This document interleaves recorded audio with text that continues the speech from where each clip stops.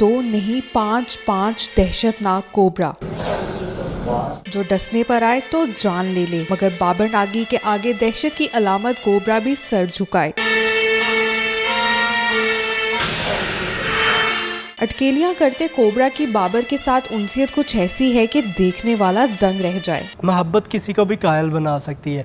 इसी तरह मैंने इन सांपों से मोहब्बत करके ये साबित कर दिया है कि जहरीले सांप जो कि दुनिया वाले कहते किसी के नहीं बनते, मैंने इन जहरीले सांपों को भी अपनी मोहब्बत में अपना कायल करके अपने दोस्त बना लिया है। बाबर नागी ही नहीं, इसकी घर वाली अरूसा की भी 10 फुट लंबे और 35 किलो वजनी पाइथन असदेही के साथ दोस्ती मिसाली है। हम लोग इन्हें बिल्कुल अपने बच्चों की तरह केयर करते हैं। इन्हें नहलाते हैं गर्म पानी से, इन्हें वॉश किया जाता है, स्पेशली इनका शैम्पू है। 650 से ज़ायद सांपों के बारे में इल्म रखने वाला बाबर नागी किंग कोबरा को मुंह में दबोचने पर Guinness book of world record में भी अपना नाम दर्ज करवा चुका है। दहशतनाक जानवरों के साथ खेलकर बड़े होने वाले बाबर नागी की इनके साथ उनसियत कुछ ऐसी लाजवाल है कि खतरनाक सांपों को भी इसने अपना गर्विदा बना लिया है।